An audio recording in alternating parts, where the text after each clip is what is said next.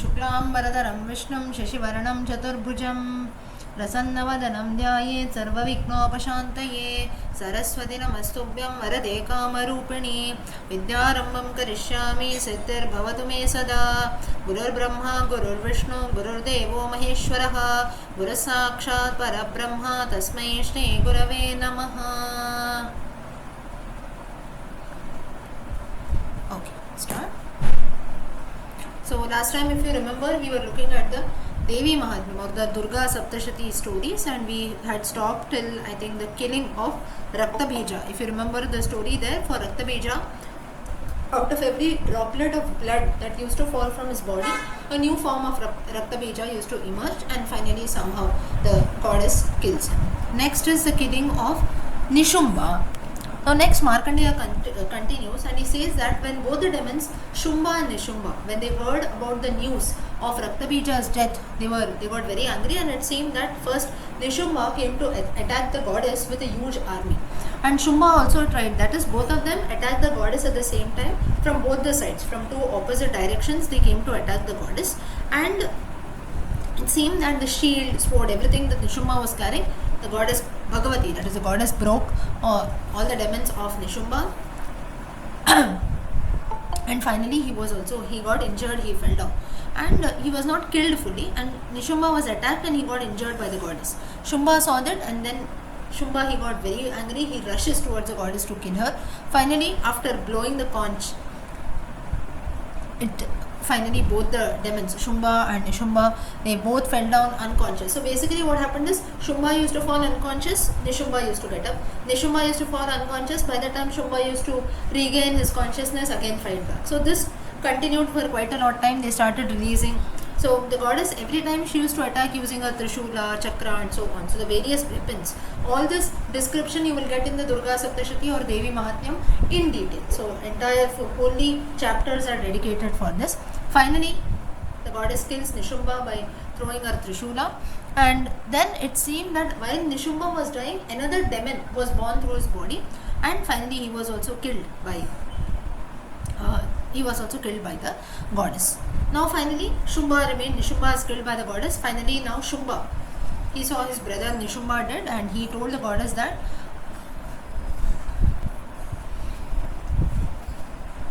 though my brother is killed, I am not going to give up. I am the one who is ruling over the whole universe. I am only going to be the cause of your end. So therefore now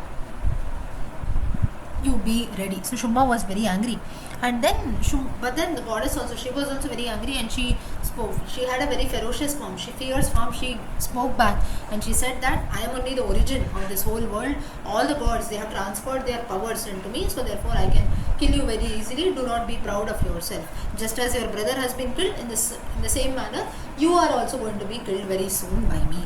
And next, finally what happened is, Shumba and the goddess start fighting with each other, and finally he was also killed. Again he was also put the Trishula, and with the help of the Trishula, Shumba also fell down and he was killed.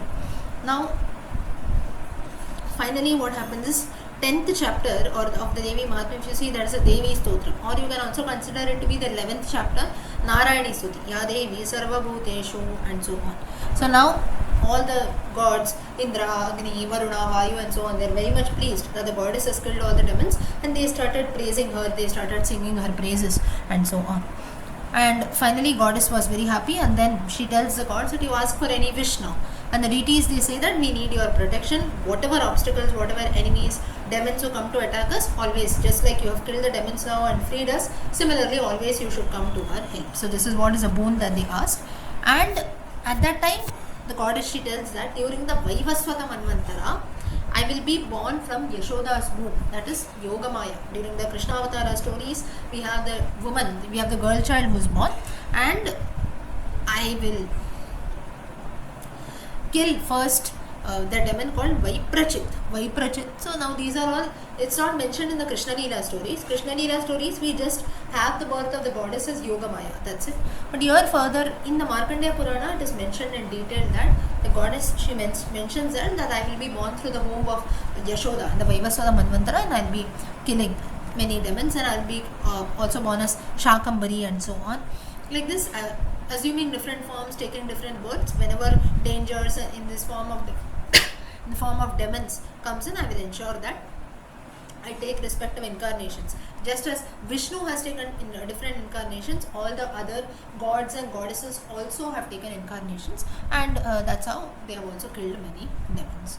Further, she says that for any man who worships me, I will ensure that all the obstacles are cleared, and a devotee who even listens to my stories, I will, and how I killed Mahishasura, Shumba, Nishumba, just as all of us are doing, they will be liberated from all sins. Now it seems that those who listen to the stories of the killing of Mahishasura, Shumba and Nishumba literally means those who read the Devi Mahatmya or the Durga Saptashati on the 9th, 8th, 9th and the 14th day, that is on every Ashtami, Navami and the Chaturdashi day.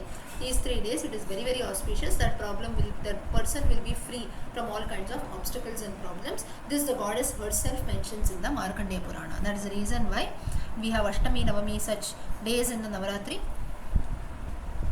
which are very very auspicious for the goddess. That's how we celebrate Ashtami, Navami and so on.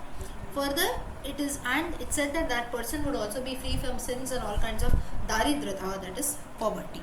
Further, he will also be free from fear, and on special occasions also, like maybe there is a family function or a sacrifice, on even special occasions also, those who listen to my stories, those who sing my praises, I will ensure that I will bless them always. And saying so, the goddess blesses all the gods and then she goes away from there. Further now, there is a king, Suratha. We have already seen the stories of this earlier. So now further, Markandeya, he continues. And then after the stories of the goddess is done, then further he says that there was a king Suratha and a person, a Vaishya, his friend. Vaishya, if you remember, before we started with the Devi Mahatmya stories, you had the story of this king Suratha and so on. And they chanted the mantras of the Devi Sutta. And while it is said that they made a mud idol, earthen idol of the goddess, and worshipped her by offering flowers, Deeparadhana and so on. And it seems that they did penance tapasya for 3 years, and they did some fast, or they used to have maybe just water, and that is mostly very sattvic life they used to lead, and they used to worship the goddess. And finally the goddess appeared in front of them, and they said that now Suratha, if you remember, he had the problem that his kingdom could not be regained and so on. So that's the reason he prays to the goddess, and that's how he got back his kingdom. Then you have the reference of a few more Manvantaras which have been mentioned. Currently it is the Vaivasvata Manvantara, so therefore few things have been mentioned which will take place in future. That is the 9th Manvantara will be the Savaranika Manvantara. Savaranika Manvantare Devi Mahatmya. Devi Mahatmya was in the Savaranika Manvantara. And the 10th Manvantara will be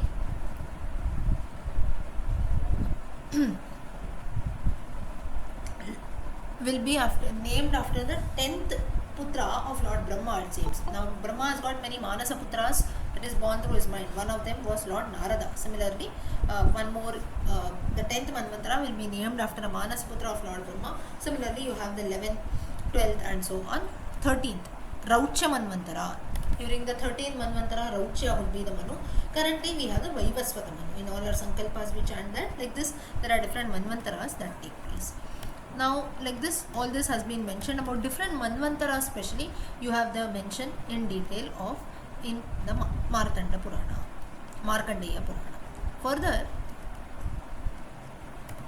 we see a story of a person called Martanda Deva. Who is this? Let's have a look. Now, Daksha is also one of the Prajapatis. He is also the son of Brahma. Now, how he was born? It seems that from the right thumb of Brahma, it seems that Daksha was born. And Daksha's wife was created from the left thumb of Brahma. That is, they are all Manasa Putras. So Daksha, he had a daughter called Aditi. And this Martanda Deva was the son of Aditi and his father Kashyapa. Kashyapa and Aditi.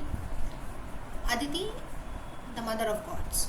And further, this Vivaswan Surya, who's there, after whom this Vaivasvata Manvantara has been named, he is born as a son of Kashyapa. So how the story goes about?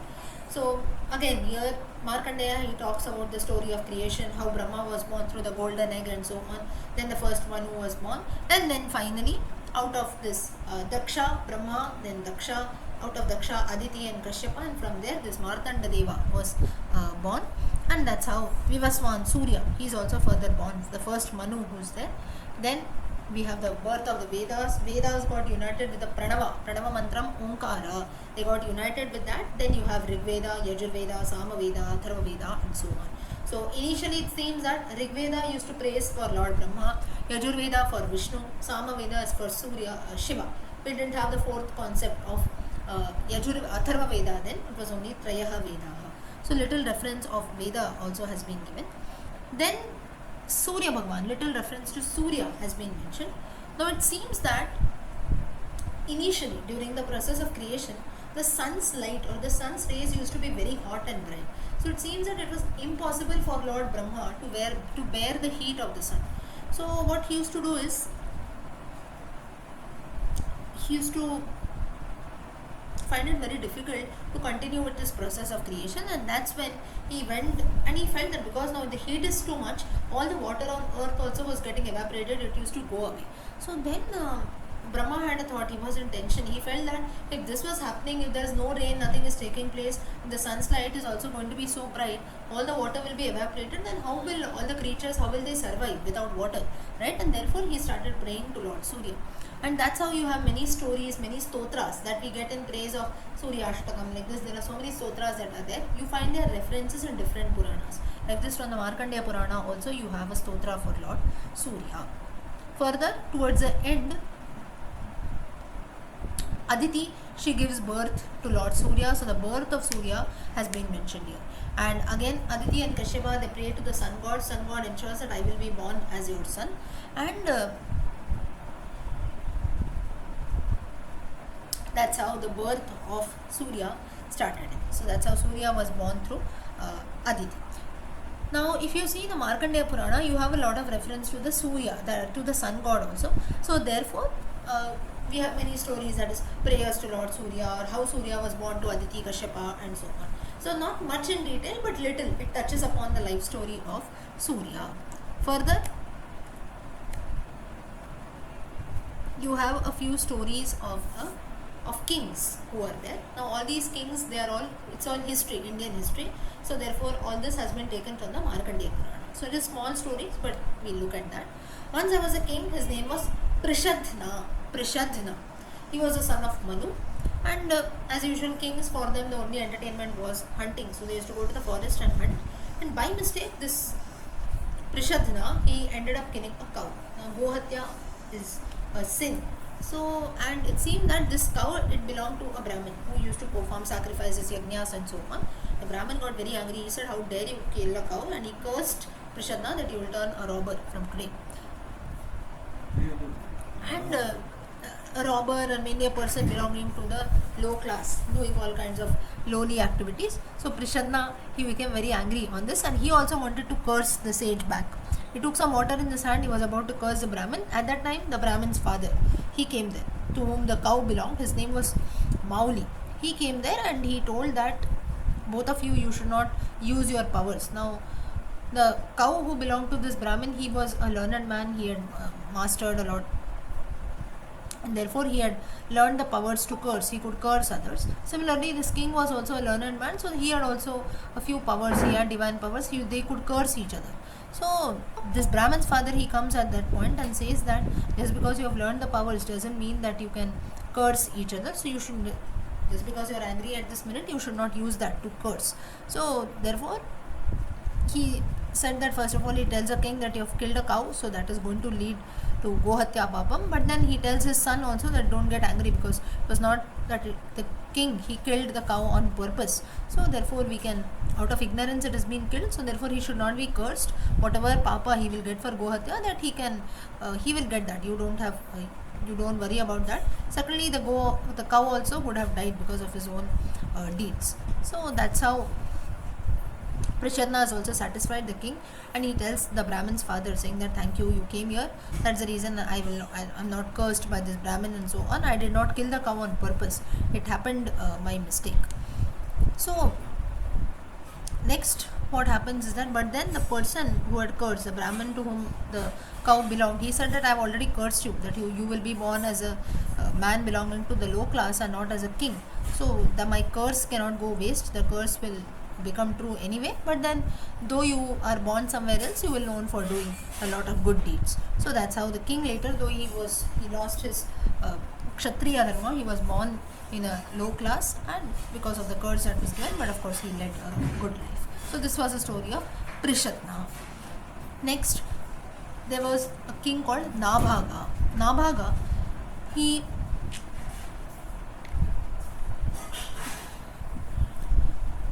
once saw a woman who belonged to the Vaishya class. So this king Nabhaga, he was a king, so he was a Kshatriya, and he saw a woman who belonged to the Vaishya class, and both of them, the girl's father was also nearby, and this king, he goes and asks the Vaishya that I'm about to get married, I need someone to marry me. My parents are also looking for a match, but now that I see your daughter, so I feel like I should marry her, and I suppose that you are also looking for the same. So the person, he says, I am looking, but then I will not I don't want to marry my girl into a Kshatriya Kula. I want a Vaishya only, because I belong to that family. You belong to a royal family, I am not that way, so I would be more than happy if my daughter is married in a Kshatriya family, but I am a poor man, I am a Vaishya, so therefore I don't have so much to give you and make the wedding in a very grand way, so I cannot marry you, or I will not allow my daughter to marry. The king said, no, that is not a problem, I don't have any problem also, but I want to marry your daughter. So then the king, now the Vaishya, he was very surprised. He says, why you want to marry only my daughter? And, is there any specific reason for that? So then the king Nabhaga, he says, no, there is no specific reason as such, but I just feel that this is the right match. I feel so I just told the same thing. So the Vaishya says that you go now, you return back to your kingdom. In a few days I will think about this and I will get back to you. So now everyone was surprised, saying that the Vaishya's reply which he gave, that after a few days you come back. So all the people who were there nearby, they say that if anyways you are not going to marry your daughter to the royal man, you feel that you want to marry it in your own Vaishya community, why did you say so that you come back in a few days?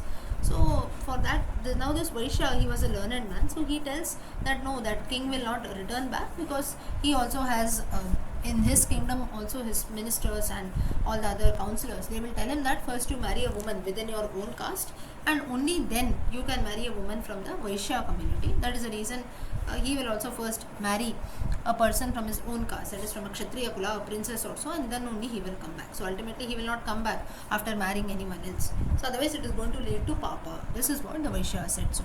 Now all these rules to some extent they are mentioned in a few of our scriptures, so that is the reason it is mentioned here also.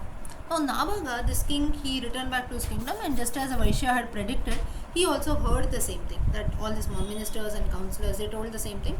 You first marry a woman from the same Kshatriya Kula. As a queen, you marry another queen or a princess, and then you can marry this Vaishya's daughter. Now Nabhaga was not satisfied. He said, how can I do this?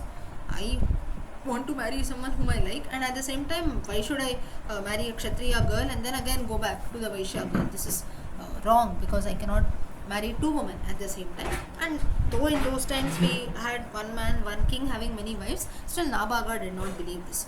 And finally what happened is that, so all the people, they were against Nabhaga, even the kingdom, the royal ministers, people that, but he was very adamant. The king was very, very adamant, but he used to fight with everyone who used to come in his way. And at that time what happened is that further Narada had to come there, Narada the great sage, and he told Nabhaga that you stop fighting, you should not fight like this. Whatever you want, you do. So then Narada, it seems that he explains at that place that let this person, that is let this king Nabhaga end up marrying the Vaishya girl, there is no problem on that.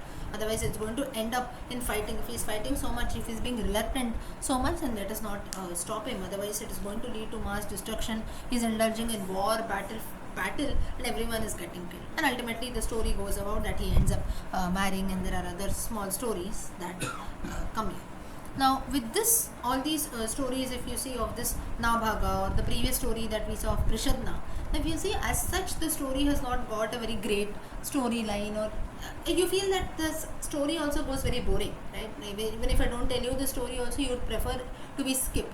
But the thing is, through all this, what we get to know is few things, a few life lessons, very small, is there are many things which, even in today's times, if you see, maybe not everything that happens around us we will like it, or not everything happens according to our wish, right?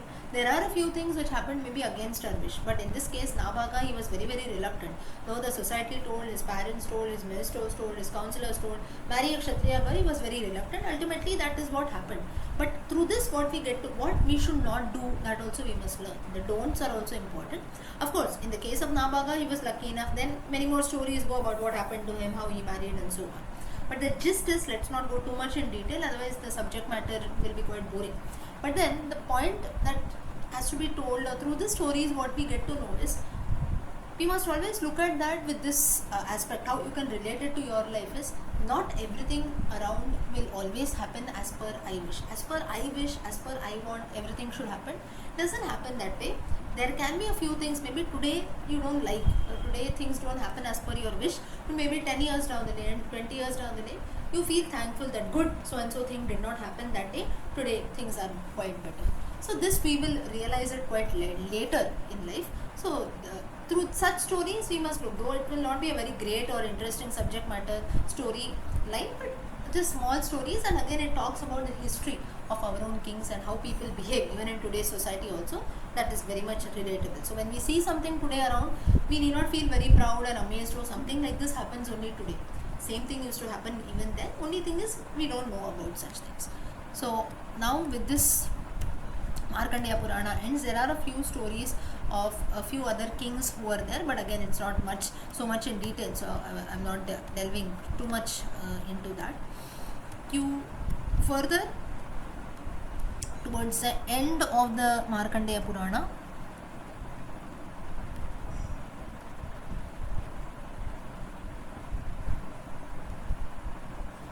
you have the story of, again, many other kings who come there, nothing much. So many kings who are there, who are born in the same line of this Nabhaga and so on, their lineages, all that has been mentioned.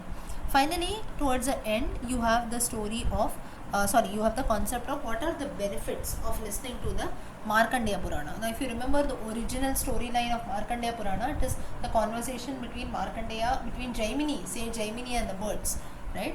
So then, finally, the birds conclude that now Jaimini, O sage, with this Markandeya tells all these different tales to Kraustuki. So basically, original Markandeya Purana is conversation between Markandeya and a sage and a person called Kraustuki, and this conversation is being told by the birds to Jaimini. Okay, so a person who studies to this Purana or listens to it, he achieves whatever he wants in life. He will achieve, all the desires are fulfilled, he will enjoy a long life, he will be free from all kinds of sins. And it is the 7th, the Markandeya Purana is said to be the 7th amongst the 18 Puranas, and for 100 crore kalpas also, kalpa in the calculation of Brahma, we had seen this, all the sins that have been committed, for not today, not yesterday, not 1 year, 100 years, for 100 crore kalpas, whatever sins we would have committed, all that, it seems that it goes away, even by listening and studying the Markandeya Purana. And just by studying all the Vedas or doing some donations in pilgrimage places like Pushkar and so on, what is the benefit or the merit that we get there, same will be bestowed on us even after studying the Markandeya Purana. All this the birds are telling Jaimini, the Phalashruti of studying or listening to the Markandeya Purana. And further, Jaimini is very much thankful to the birds. He says that, thank you for enlightening me and telling the tales of Markandeya Purana. I am fully convinced, I know about the history of so many kings, I know about the stories of the goddess, and so on. So therefore, thank you for that. Now, all of you also, you will enjoy a good life. You will be free from all kinds of diseases. With this, Jaimini, he returns back to his hermitage. And with this, we also finish the Markandeya Purana finally. Okay. Did everyone understand to some extent Markandeya Purana? Yes, ma'am. Yes, ma'am. Okay. Now let us start with the next Purana. Next Puranam Okay, so now till now, does anyone remember at least the names of the Puranas which we have seen till now? Yes, ma'am. Brahma, Vishnu, Linga, Markandeya, Brahma, Vishnu, Linga, Markandeya, Markandeya, Matsya, Matsya, Kurma, Varaha, Varaha. 8 is done, and anything else we are missing out. we have done 7. Now we'll be doing the 8 thing. Now we We're done with 8, right? So this is the same. We have started with Brahma Purana, Brahma, Vishnu, Linga, Varaha, Matsya, Kurma, Varaha, and Markandeya. Correct? 7. Okay. 11 more to go. Correct? This is how we did. Bhavishya Purana was done. Sorry? Bhavishya Purana was done. Bhavishya Purana is also done. Correct. 8 Puranas are done. Bhavishya Purana. Correct. So someone, if possible, just note it down. I will also write it down somewhere so that we don't forget. So Brahma, Vishnu, you have written, right? Okay. Brahma, Vishnu, Linga, Matsya, Kurma, Varaha, Bhavishyat, and Markandeya. Bhavishyat Purana was quite a small Purana, correct. And finally Markandeya. Now what to see, which Purana should we see next? Bhagavatam Purana, let's keep it towards the end because there are many things from the Bhagavatam.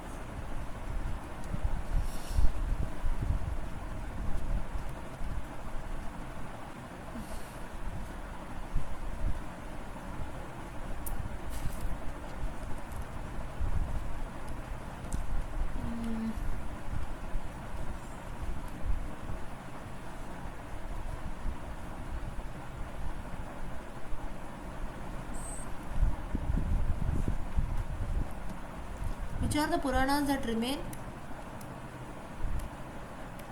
Vayu Puranam, Brahmanda Puranam, and so on, right? Okay. Vayu, Agni, Padma, Varu. Correct. Okay. Let's start with the next Purana then. I'm just confused. Agni Puranam or Vayu Puranam?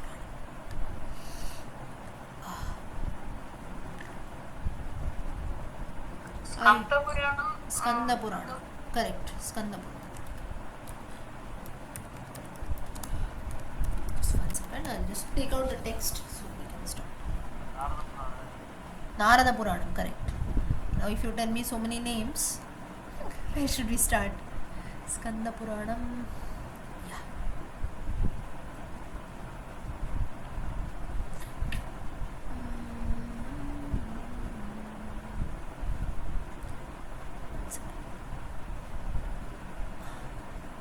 Okay.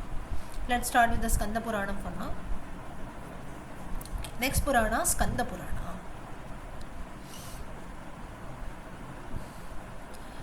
Now, as I again repeat, we have seen about 8 Puranas, 10 more to go. Everyone, please go through all the videos, audios as you get time, so that you don't forget things. Of course, we cannot remember everything until and unless you have something in return or so. That is, you have the books also. I will also try to share a few notes, at least the important aspects, so that you remember that.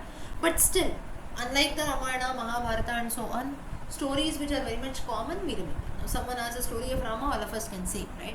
Mahabharata, at least to some extent, we can say, even though we cannot go much deep. Gita, we can say. But then, with regards to Puranas, now maybe I told you the story of Nabhaga or Prishchidana. Next time I ask you who's Nabhaga, you'll say, I heard it somewhere, I don't remember now, right? Or even kings or sages like Suratha and so on. Who's the Suratha? Nobody knows. Who's Valmiki? Everyone will know, right? So, thing is, few things are very much there commonly we use that, therefore we remember. All these Puranas we don't use that commonly, therefore we don't know. But Srimad Bhagavatam is something which most of us read.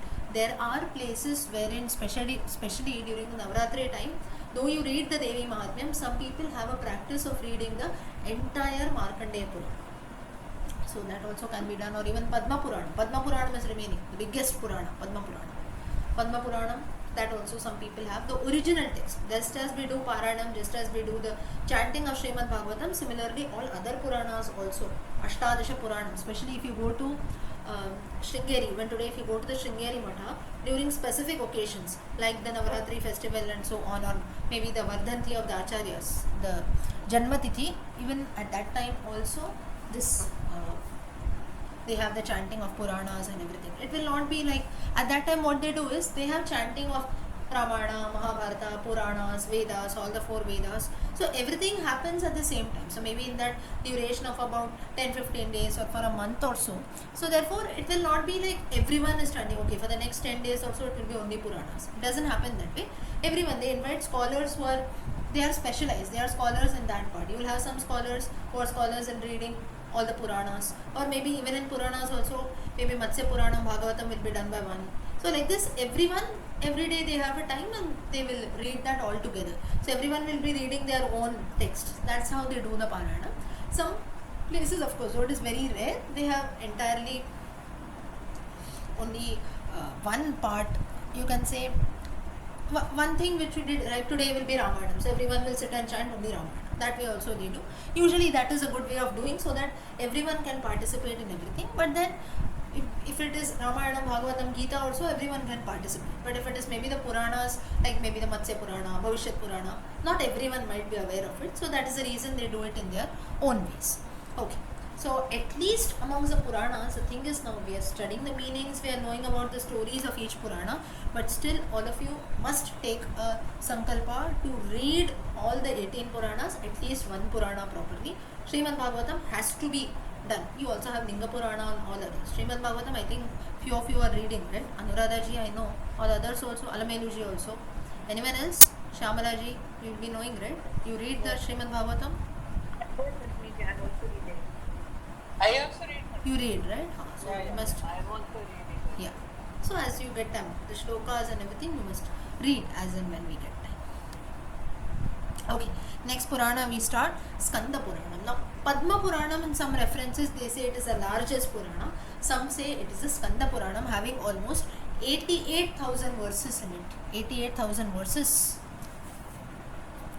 And it is also divided into many parts. Mainly it talks about the story of Skanda or Kartikeya. Okay.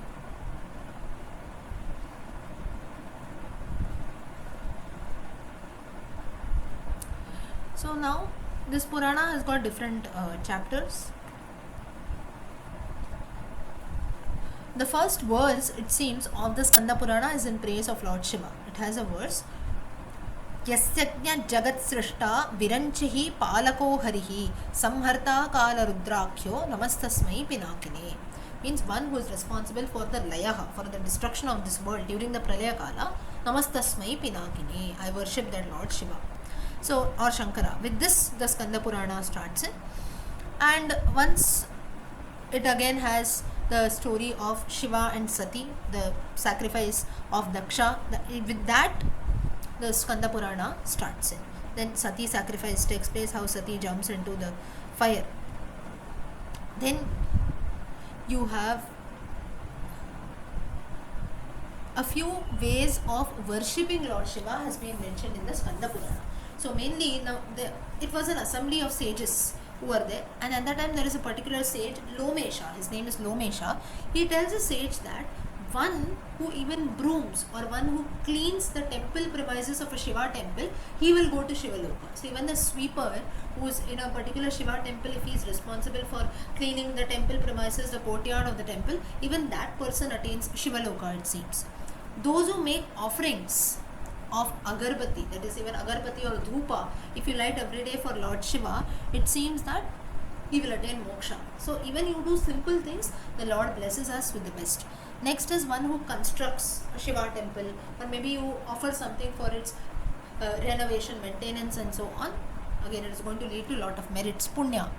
Simple, one who chants the mantra Om Namah Shivaya, and every day you start your day by visiting a nearby Shiva temple, all our sins are vanished. So like this, these are all different Phalashrutis for doing different activities related to Lord Shiva.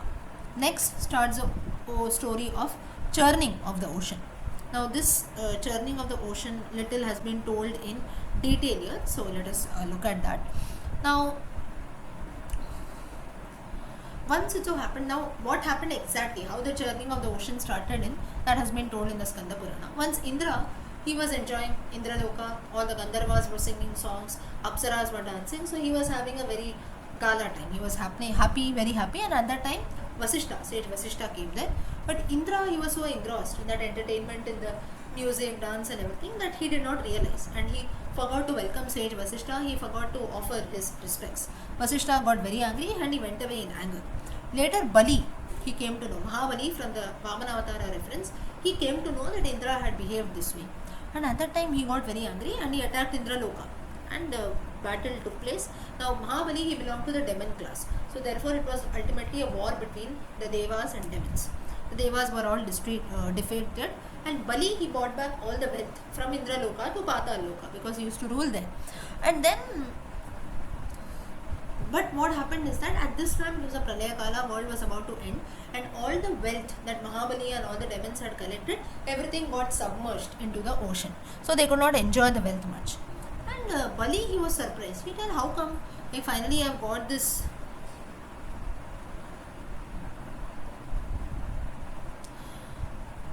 He had got so much of wealth, so he goes and asks, he tells that he asked Shukracharya, the king, the guru of the demons, saying that how come this, just now I fought with Indra, now immediately it is Pralaya Kala, everything has got submerged into water. So how come this has taken place? All this while Indra was enjoying, nothing happened, and now when it has come to the demons, it has got submerged. How come? So sage Shukracharya said that you cannot enjoy the wealth that has been got by the Devas because only one who performs about 100 Ashwamedha sacrifices, only he is fit to enjoy this wealth. And the Devas have done that, therefore they could enjoy the wealth for a long time. Now, so this is the reason why everything was submerged into the ocean. On the other side, all the gods, they went and asked the help of Lord Vishnu. Lord Brahma was also there. And finally, Lord Vishnu gives him an idea that you start churning the ocean, you patch up with the demons, you make a deal that all the wealth has got submerged right inside the ocean. So now what all of you can do it, you patch up with the demons, you tell them that wealth, whoever, let us turn the ocean, whatever comes out, equally we will divide it amongst us. And at that time the mountain, Mandara mountain will be used as a churning rod, Vasuki will be used as a churning rope, and the mountain kept sinking down because it did not have a proper base. And that time Lord Vishnu incarnated as Kurma in order to balance it. Now churning of the ocean, after the churning of the ocean, many things came out. Now what is that exactly? This has been mentioned in detail.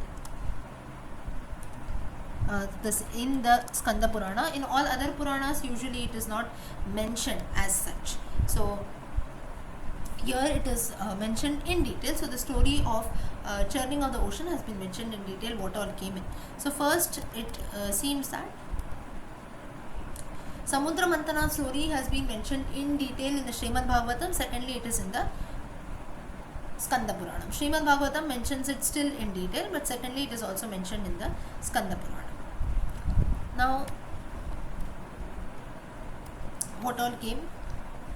Let us have a look. Now, about 14 Ratnani, about 14 gems came from the ocean, it seems. And what was all that? First is goddess Mahalakshmi, she comes in. She is taken by Lord Vishnu, Mahalakshmi.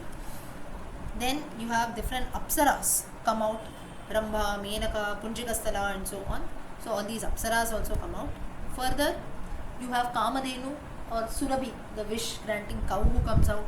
Then we have Airavata, the divine elephant, and all other elephants which was taken by Indra.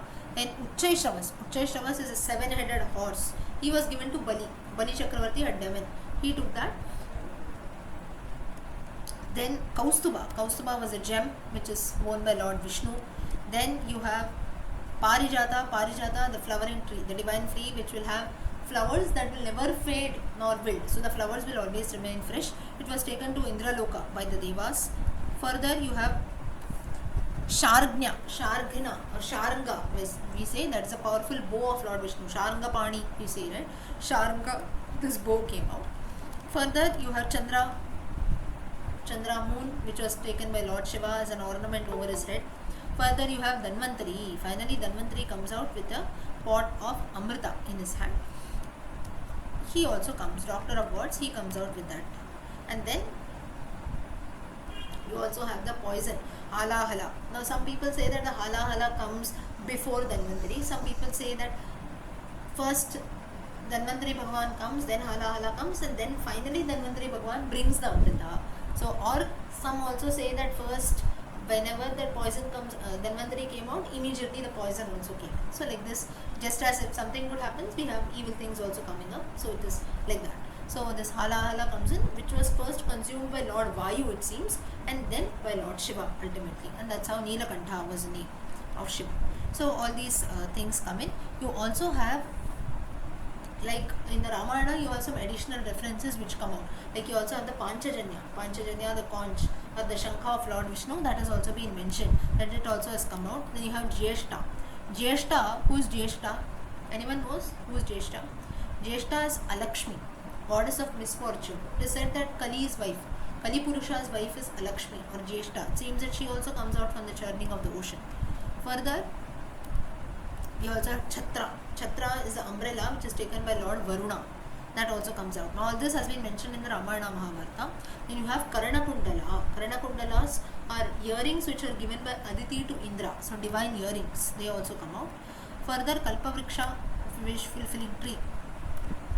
Nidra, that is even the concept of sleep, or Nidra Devi also comes out of churning. That's the reason we feel sleepy. Amrita comes out finally, that is nectar. So all these different things have been mentioned which come out from the churning of the ocean. Now this story has been mentioned in detail. Now again, going back to the Sati sacrifice, when Sati was, after the death of Sati, Lord Shiva, he becomes very angry. He could not know how to express himself, and at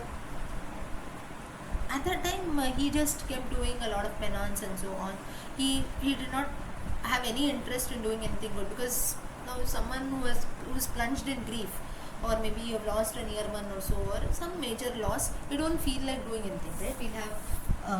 We always have a lack of interest in whatever you do. So the same thing happened with Lord Shiva also. He did not feel like doing anything, and at that time a great demon, Tarakasura, he was born there, and he had got a boon that only a small child can kill him, not anyone else. So Tarakasura felt that which child will come and kill me? No one else can kill me. How will a small child come and kill me? So all the deities now, they all prayed to Lord Brahma, and at that time when they were praying, they heard a heavenly voice that said that no one else can kill Tarakasura except Lord Shiva's son. Therefore all the deities, you put in efforts, you do out some way to help that Shiva gets married and finally a son is born to him. Now the deities were all aware that after the death of Lord Shiva, after the death of Sati, Shiva had lost all interest in life. He was living like a tapasvi, he was just doing meditation, he was sitting all alone, so he was not interested basically in doing anything.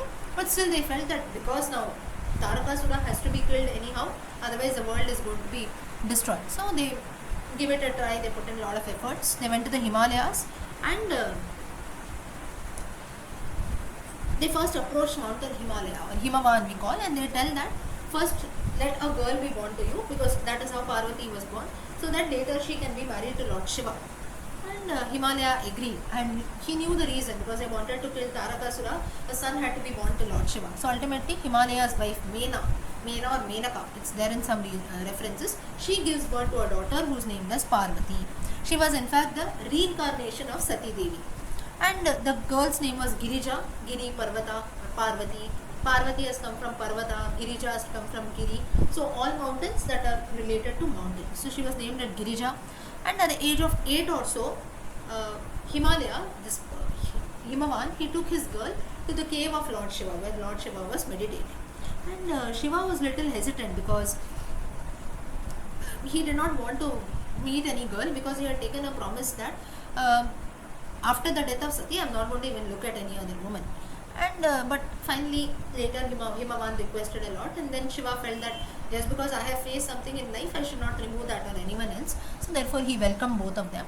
And now Girija, she felt, she regarded this Lord Shiva, this person, as her Lord only, and every day she made it a habit to visit Lord Shiva's cave, seek his blessings and come back.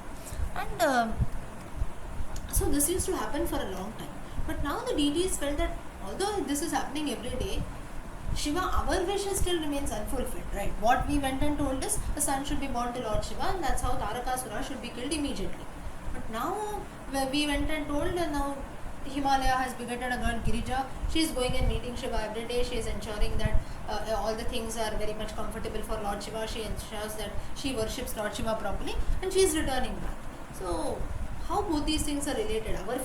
Our wish still remains unfulfilled. Only what we must do for this, and now what the deities, what they say is, they go and they request Kamadeva, god of love. They say that you release some kind of love and passion in Shiva's heart, and ultimately he will try to get married to at least this girl Girija, and that's how let them beget a son and so on. But all the efforts of Kamadeva were fruitless. Just as Lord Shiva put a glance on Kamadeva, he was reduced, he was burned to ashes. And Rati Devi, at that time, Rati Devi, the wife of Kamadeva, she started wailing at the death of her husband.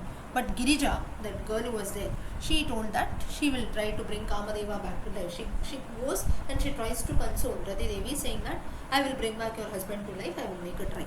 And Girija said that now I will start doing tapasya to please Lord Shiva, so that Kamadeva also can be brought back to life. She started praying to Lord Shiva, and at that time, finally what happens is Lord Vishnu, he also goes, and now because Lord Shiva was a great devotee of Lord Vishnu, so whenever Shiva used to be in penance, he used to keep chanting Ramanama. So ultimately he was praying to Lord Vishnu only. So at that time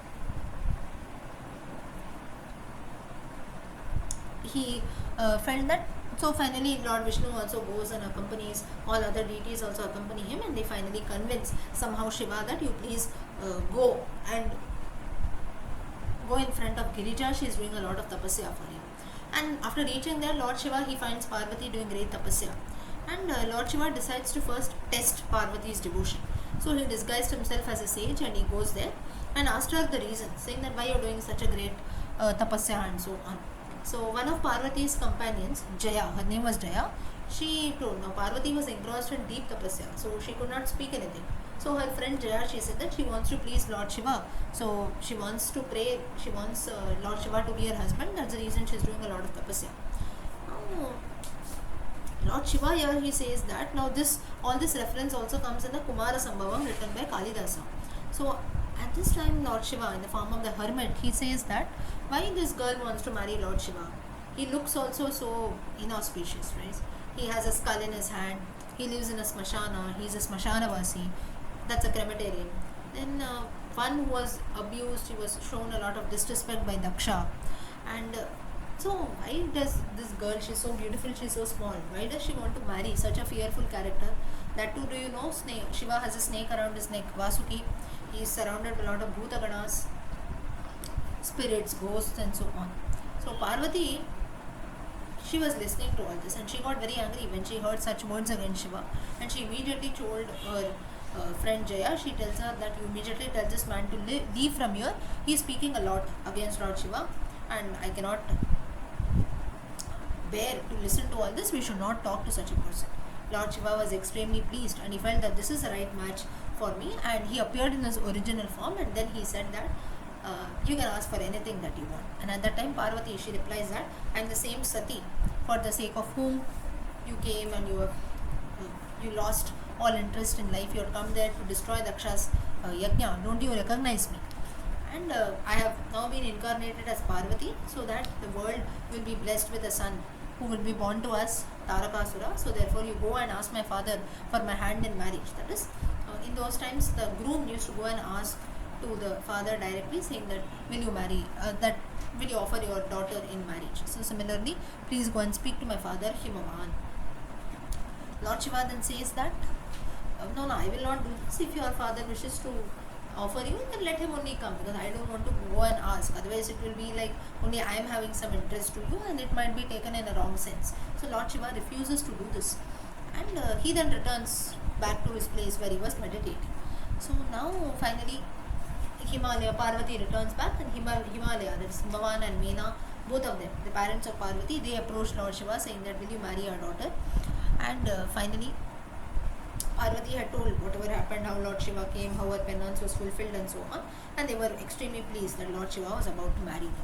Later on, what happened is, now Lord Shiva himself did not go. He sent the Saptarishis to the palace of Himalayas, and Himalaya, like taking the proposal, taking the marriage proposal, and tells him that I am ready to marry your daughter, and so on. So Himalayas is also very happy. He welcomes all the guests with a lot of respect, and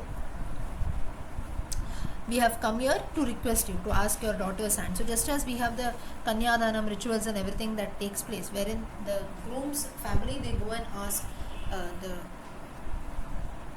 daughter's hand in marriage. So similarly, the same tradition was being followed here. It was done by the Saptarishis here, saying that will you offer your daughter in marriage and so on. Finally, both the parties agree, the marriage preparations start, and it seemed that Gargacharya was the one who took care of all the rituals.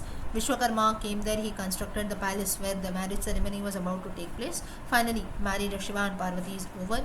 Himalaya, he performs the ritual of Kanyadana, and that's how Shiva, he brings back Parvati, he returns back to his palace. Further now, we have the birth of Kartikeya. Now Lord Shiva and Parvati, they lived in the Parvata, Gandhamadana, in the Himalayan ranges. And they were recently married, they were newly married. So they used to enjoy, they used to always spend time with both of them. They used to live together, wherever they went, they used to go together and so on. Just as we have newly married people, newly married couples, they like to spend time with each other, right? So once it so happened that when they were spending time with each other, Shiva's generative fluid, that is Shiva's few sperms, it seemed that it fell on the ground there. And at that time, a lot of heat was being generated, and the entire world was about to be destroyed. And at that time, Agni, he went there with all those sperms that were there with that generative fluid, and he requested Parvati, saying that now he had kept that with him, and he did not give it directly to Parvati, but he requests Parvati, saying that you give me something as alms. He assumes a form of a hermit, a sage, and I have come here. Bhavati Bhikshan Dehi, he says, tells Parvati. Parvati says, I don't have anything to offer. So at that time, Agni, he had bought those sperms, that generative fluid there, he had bought along with him, and he consumes that. And Parvati is very much enraged. She says, how can you do something? You have shown disrespect to us. We both have our own private space, this, that, how come you come and enter? She did not know that it had been fallen from Shiva's body. So therefore, she felt that something, Agni had done something, and something fishy was going on here. That's what she feels. But then Agni said, from today onwards, so that's how Parvati, she curses Agni, saying that from today onwards, whatever or wherever you go, you will devour everything. That's how we have the concept of forest fire. Wherever fire comes in, immediately we have to douse it, right? Otherwise it keeps spreading. This is because of the curse of Parvati given there. And it seems that as soon as this happened, Agni started experiencing inflammation, unbearable heat all over his body. He requests Lord Shiva that you tell me something wherein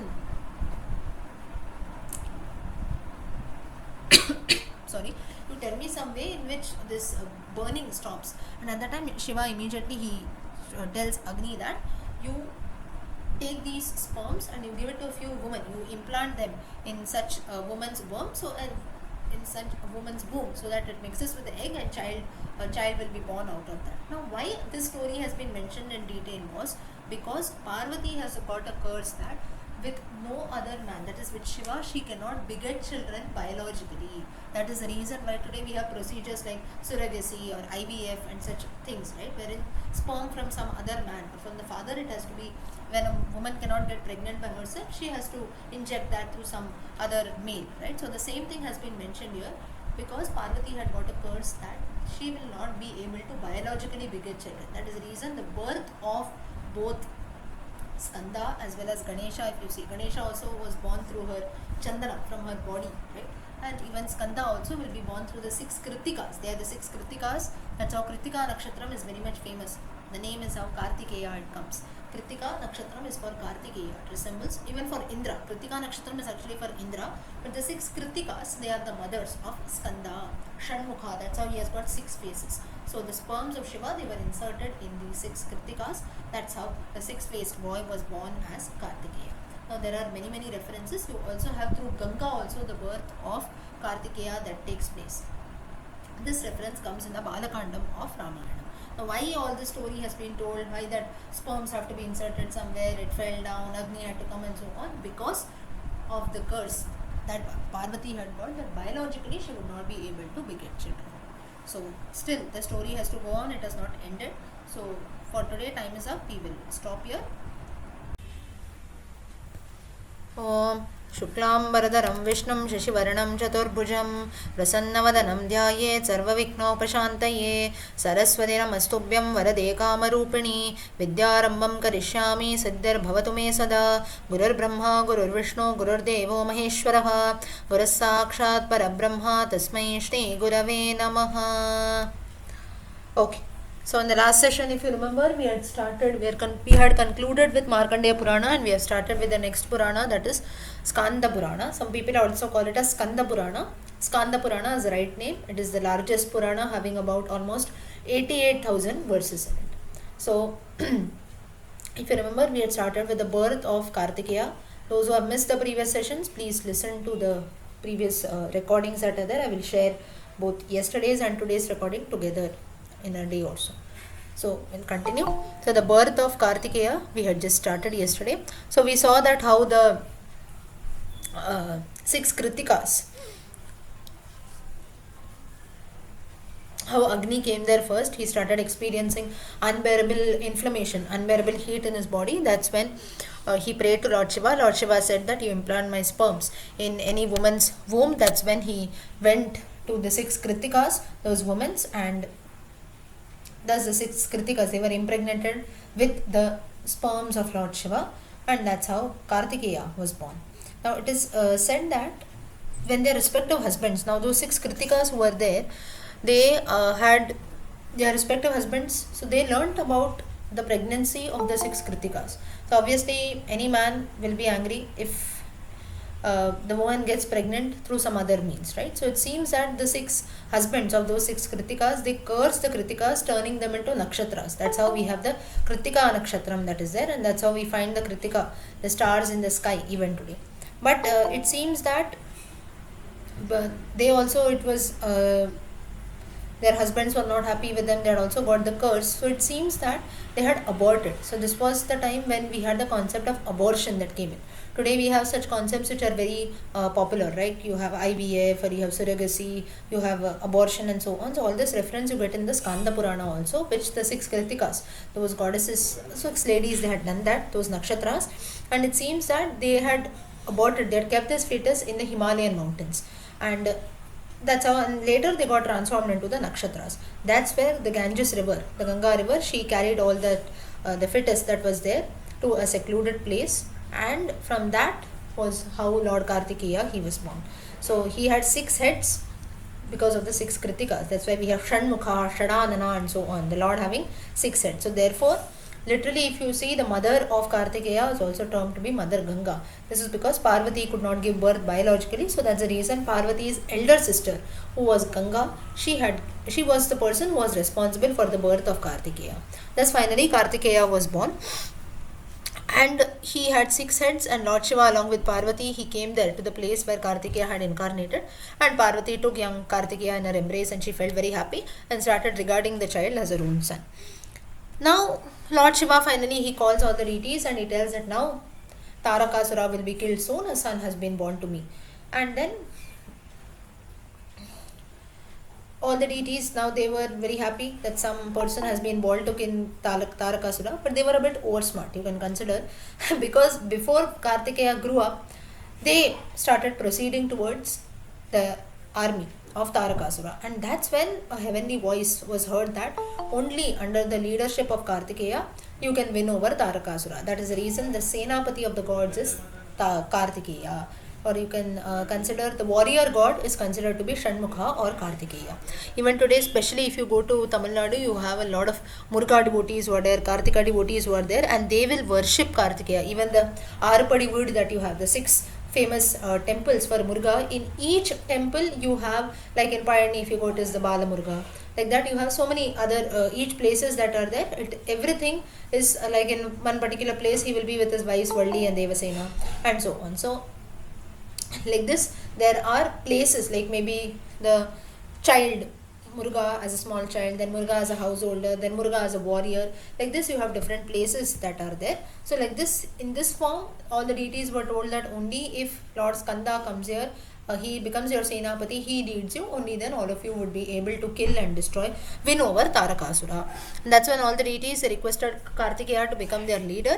Meanwhile, Devasena was a daughter of Mrityu. She arrived there. She requested Kartikeya to become her husband. Kartikeya accepted Devasena as his wife, and this is the reason why he is also called Devasenapati. Now there are two meanings to this. Deva means gods, Senapati. So the Senapati of the gods is Muruga. Another meaning is Devasenapati. So how you break, that is very, very important. You write the word Devasena together, it means the wife of Kartikeya. Devasenapati, husband of Devasena. But if you write Deva and Senapati together, Deva is gods, Senapati. So the way you write, the way you pronounce is also very, very important. So that's how another name for Kartikeya was Devasenapati. So Kartikeya started leading the elephants, started leading the army, sitting on top of an elephant, and all the other gods were also present. Tarakasura had also come with a huge, large army, and both the parties started attacking each other. Now Indra was also severely wounded. Tarakasura hit him, and then at the time, even Kartikeya was fighting. So then all the gods, they had a discussion amongst themselves that only this Lord Kartikeya would be able to kill Tarakasura. There is no other way. Meanwhile, all Vishnu was fighting, Shiva was fighting, Brahma was fighting, all the gods were there, Indra, Vayu, Agni, Varuna, and so on. And at that time, all the gods, they told Kartikeya that you are the only one, you have to fight. And then a fierce battle started between Tarakasura and Kartikeya. Ultimately, Tarakasura, it seems that towards the end, Tarakasura hit such a weapon, such a Shakti on Kartikeya. It seems that Kartikeya also fainted for some time. So therefore, Tarakasura, he was not an easy match at all. He was a very, you can say, very strong warrior. So not very easily he could be killed. And finally, Kartikeya, he got up, and again a fierce battle started. And he prayed to his parents, both Shiva and Parvati, and then he set out a weapon on Tarakasura. Tarakasura died immediately, and thus the death of Tarakasura took place. Further, the next topic in the Skanda Purana talks about the importance of the Shivaratri Vrata that has been mentioned here. Now, the Skanda Purana is being told by Lomesha. There was a sage called Lomesha. He was talking about the Skanda Purana to all other sages who are present there. So, he says that the 14th day of the Krishna Paksha of a month is considered to be Shivaratri. Now, though we have Mahashivratri that falls in the month of roughly February or early March, still, if you see, on every 14th of the Krishna Paksha, you will have, even if you have the religious calendar at your houses, the Panchanga, you can check for yourself. It will be written as Mahashivratri Vratam. Has anyone seen this? It will be written Shivaratri Vratam. Yes. It will be on the 14th day of the Krishna Paksha of every month. So usually every month we have a Shivaratri. The one that comes in between February to March, that is considered to be Mahashivratri. That's what we celebrate. Apart from that, but every month we have a Shivaratri Vrata that comes in. And on that day, fast has to be observed. So what is the importance of that? It seems that all the sins that are committed by a man, one who observes the Shivaratri Vrata, the person will be freed of all sins. And for this, sage Lomesha, he starts telling a story. So once there was a woman, she was a widow, and she, after her husband died, she had a relationship with another man who was a Chandala. Chandala meaning you can consider like a low class, or maybe a person who does not, you can consider who doesn't, like a robber kind of a person, or maybe more than a robber, it can be like maybe one who has a habit of drinks, or a gambler, something like that. So not a proper occupation of proper livelihood, earning a proper livelihood, or having good habits and so on. So basically a Chandala is a person who does not even, not very pleasant to look at also, maybe having long hair, long beard, very dirty to look at, not a pleasant personality. So such kind of a person. So this widow ended up marrying this person, and later they also gave birth to a son called Dussaha. And her son also, obviously, he had all the bad qualities of a thief, murderer, gambler, so all kinds of negative elements. And one day, this person Dussaha, he went to a nearby Shiva temple in the intention of actually robbing the temple. And it was the night of Shivratri, so festivals, everything, all the festivities were going on, large devotees had come there. So he did not get a proper opportunity to steal anything because there were a lot of people around, there was a lot of crowd, so the person could not steal anything. So it seemed that he remained awakened for the whole night to see that once people go, maybe I can steal something and go. So he stayed awake, but nothing happened. And at that time, now it was a Shivaratri Vrata, this person did not know that on the night of Shivaratri, divine stories and everything would be told. So what he ended up doing is, the temple priest was there, he was narrating different stories of Lord Shiva, and all the people were sitting and listening to that. Ultimately, this person, this Dussaha, he was also waiting for all the people to leave. So he also ended up listening to the stories of Lord Shiva. Though he was a sinner, now he had committed all kinds of sins, he had no intention of listening to the stories of Lord Shiva, he had no intention of even visiting the temple. He just wanted to steal and leave. But he had to wait because for the crowd to disperse so that he can steal.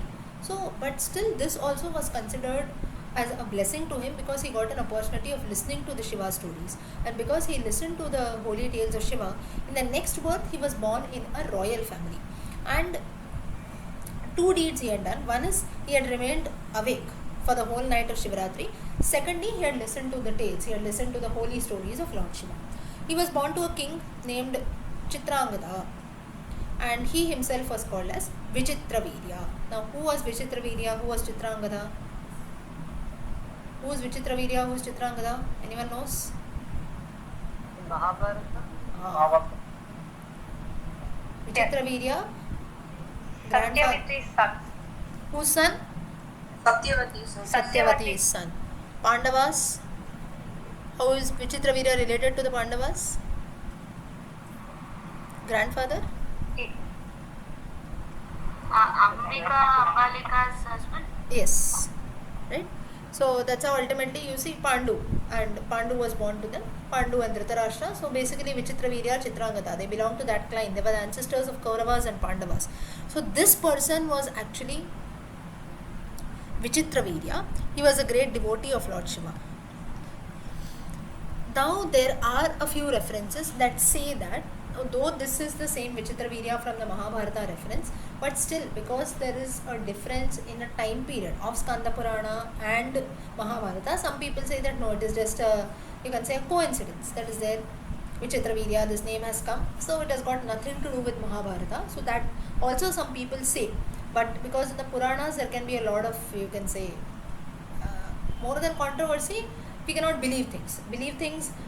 Like, because if you have to consider the pramanam between Mahabharata and the Purana, obviously we'll go give it to the Mahabharata, because Mahabharata is an itihasa which has taken place quite before Skanda Purana. So therefore, when you have to give preference, you can give. But there are folklores that say that this is the same Vichitravirya. Some say it is not the same, it is a different person altogether. So for us, it doesn't matter anyway. For us, the point is, this thief, in the next birth, he was born as a person called Vichitravirya. He became a great devotee of Lord Shiva. And ultimately, it seems that he became a form of Veerabhadra. Veerabhadra is a form of Lord Shiva. So in the third birth, first birth he was a Chandala called Dussaha, very evil person. Next birth he was born to a king, he was called as Vichitravirya. Next birth he became Veerabhadra, a form of Lord Shiva only. And now how this Veerabhadra was born? When Lord Shiva, after Sati's sacrifice, Lord Shiva got very angry, he did not know how to react. He started shaking his body very violently. And while Lord Shiva was shaking his body, a form of Shiva emerged, that was called Veerabhadra. So a very violent form of Lord Shiva is Veerabhadra. And that was the same person. Now, so these are all different reasons why people observe a fast on Shivratri. So like this, there are many devotees who have done that, like Harishchandra, King Bharata, Mandhata, Dhundumara. Like this, there are different people. We have seen the stories of Harishchandra and Mandhata, I suppose. So like this, there are different significance why. So basically, the Shivratri Vrata was actually observed by an evil person.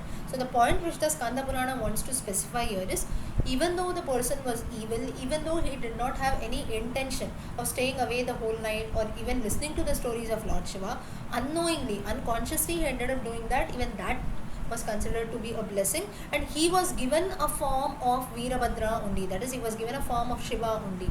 So just imagine the blessings that we would get if we put in efforts consciously of maybe being awake the whole night, observing the Shivratri Vrata, listening to the tales of Shiva, chanting his mantras, singing his glories and so on. So just imagine, when the person even unknowingly he had did some good deeds, he had got the form of Lord Shiva only. So what to think about devotees who make efforts consciously? Lord Shiva will surely bless us with the best. So that's what the Skanda Purana tries to reveal.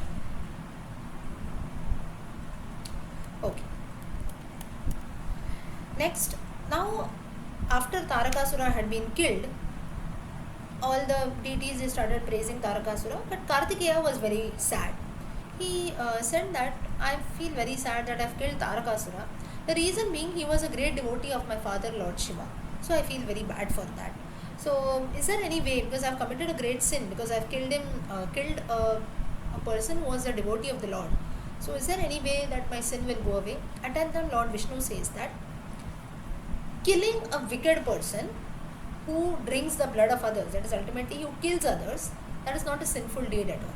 This is the same thing that Vishwamitra had told Rama when he was a bit hesitant on killing a woman, Tataka.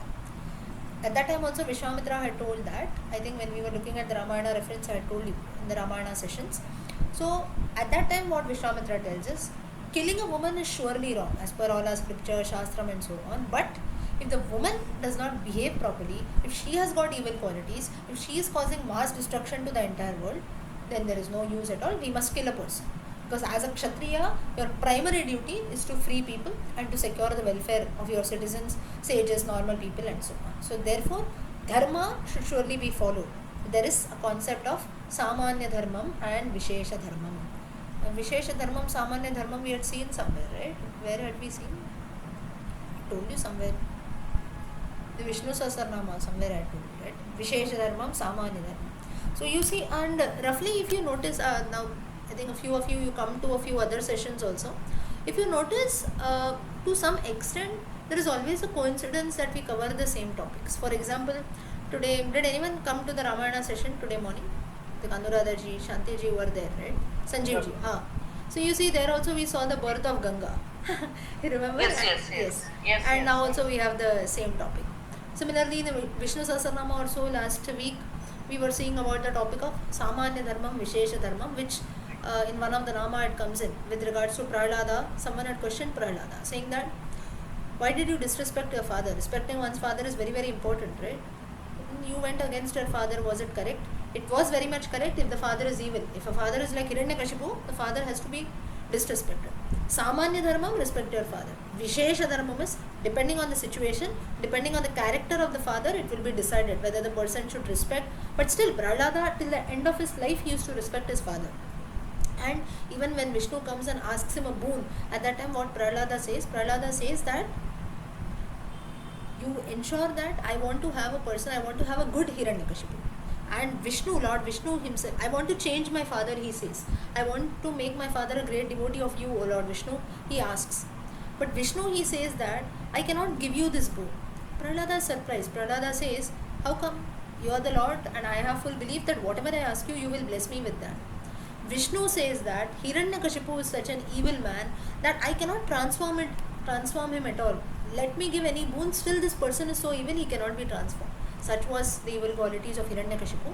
So the Lord assumed another form of Hiranyakashipu for Prahlada, in which he was a good father to Prahlada. He was the same Hiranyakashipu, but he was good. This comes in one of the reference of the Vishnu Sahasranama, one Nama, wherein the Lord assumed the form of a good Hiranyakashipu for the sake of Prahlada.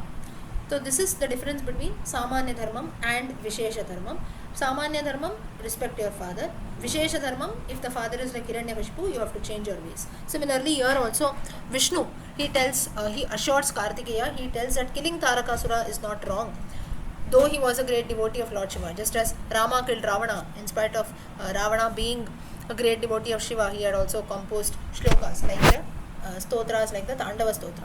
So Lord Vishnu tells that killing a wicked person who does sinful deeds, that is not a sin at all. But still, if you feel guilty, you can do one thing. You can also start worshipping Lord Shiva. You install Shivalingas and you worship them with devotion. This is the only way. And that's when Kartikeya, he instructs Vishwakarma, you make 3 divine Shivalingas, 3 different places we will install and we will worship. 3 different places. Kapalishwara, Kumareshwara and Pratigyeshwara. These are the three temples for Lord Shiva. Kartikeya, he worshipped the Kapaleshwara, he sprinkled holy water on the Shivalinga, he prayed and everything so that Tarakasura's soul will rest in peace because he was a great devotee of Lord Shiva. So like this, even the he offered a lot of good things just as we offer for puja and everything, Nevidyam, fruits, flowers, everything to the Lord, and he prayed. And this was how Kartikeya was free of all his sins. So basically it was for his own satisfaction. Next, now what happened is that there was a demon called Pralambasura. Now this Pralambasura is different from the Krishnavatara stories. Okay, there in the Krishnavatara stories also you have a Pralambasura. Does anyone know who killed Pralambasura in the Krishnavatara stories? Balarama, correct. Pralambhagnaha, just recently we had learned in Amarkosha. Pralambhagnaha, another name for Balarama. Pralambasura, because he was the killer of an asura called Pralambasura. That Pralambasura is different, this Pralamba is different. He has been killed by asuras, by the demon, by Kartikeya only.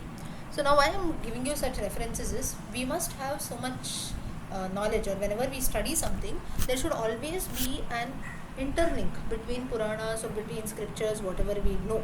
Like for example, now though our topic is a Skanda Purana, whenever a few points are being highlighted, it should immediately strike that something has been told about this somewhere else. This should be the amount of knowledge that everyone should have. I am not saying that all of you don't have that, or I have that. I am not saying it that way, but then it should immediately strike so that there will be no place for doubt at all. Now here when you read, oh, there is a person called Pralamba who was killed by Kartikeya, but I read somewhere that Pralambasura was also killed by Balarama. So what is the question? So how come it can take place? The same person is killed by two different people? It is not like that. It is mainly it shows that both these people are different.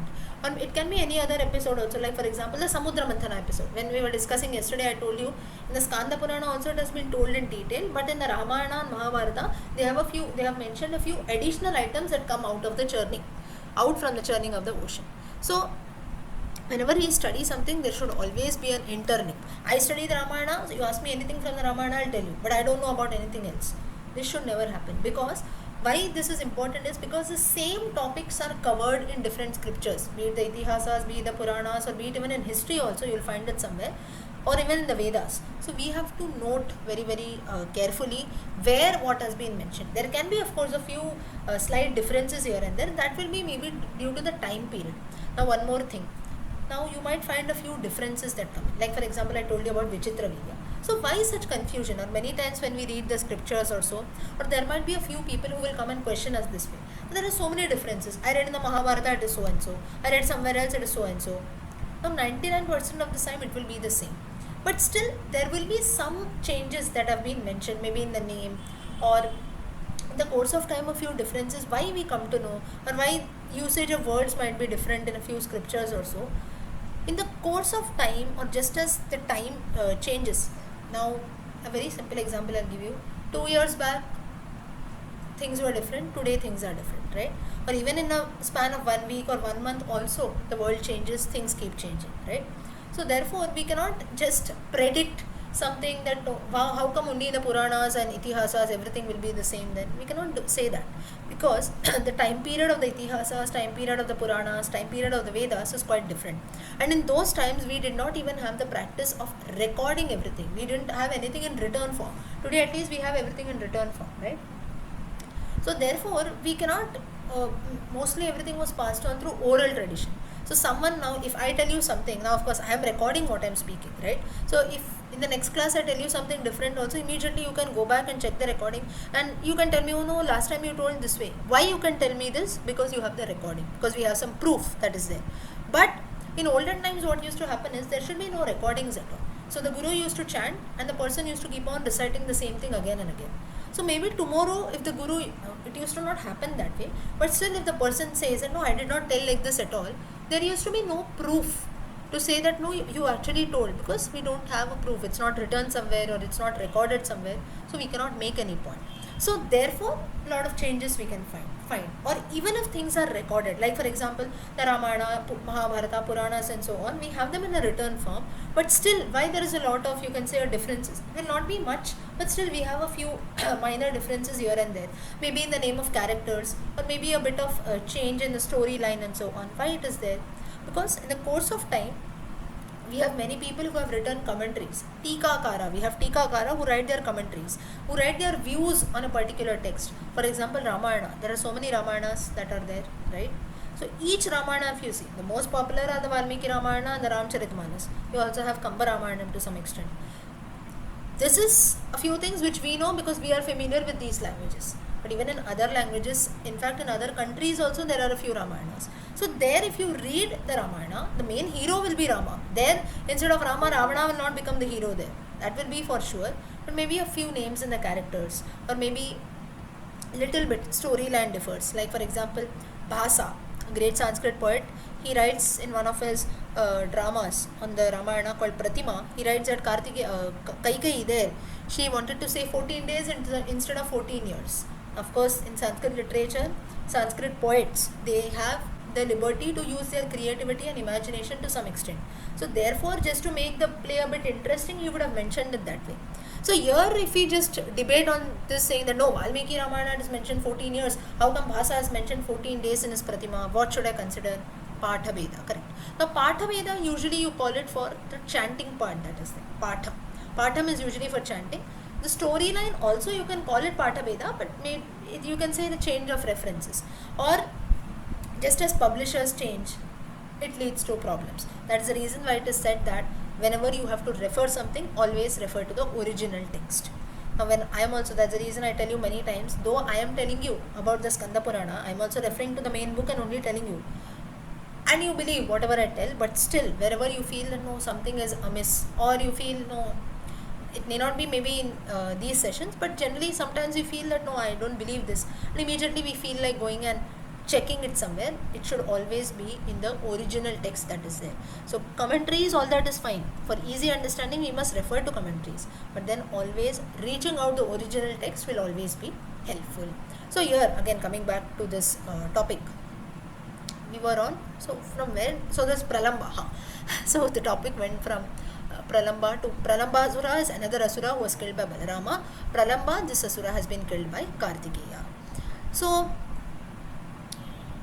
now all the deities, like Kartikeya started installing Shivalingas, all the deities felt that we should also install Shivalingas here and there, and they also started doing the same thing. And at that time, Pralambasura, he was troubling all their deities, their families and so on. And all the deities, again, they prayed to their Senapati Kartikeya and told them that you do something and you kill this Pralambasura also. Pralambasura there, he was also killed by Kartikeya. And now when he hit the weapon that was hit on Pralamba, that it went directly to Patada. So Pralambasura was killed in Patal Loka, it seems, and there the Shakti is a weapon that was put by Kartikeya. It made a hole on the earth, it seems, and that is called the Patal Ganga. Even now we have a famous place called the Patal Ganga that is actually created by the weapon that was thrown by Kartikeya, and that's where water started filling in. It was also called as Siddhakupa. Siddhakupa was another name of this place. Then further you have the next story. There was the birth of Kalabhiti. Who was Kalabhiti? Let's have a look. So basically, if you see in the Skanda Purana, you have lot of references with regards to Lord Kartikeya and also Lord Shiva. Okay, just hold on. I think my Wi-Fi is weak. Just hold on and just be back. Okay, can everyone hear me? Is it okay? Yes. Okay. So we were looking at Kalabhiti. Now, who was this Kalabhiti? Now, there was a Brahmin in Kashi. He was called as Manti, and he was not blessed with a son, and he did a lot of penance, and finally Lord Shiva became pleased, and he says that he blesses this this Brahmin Manti, and says that a son will be born to you who will be very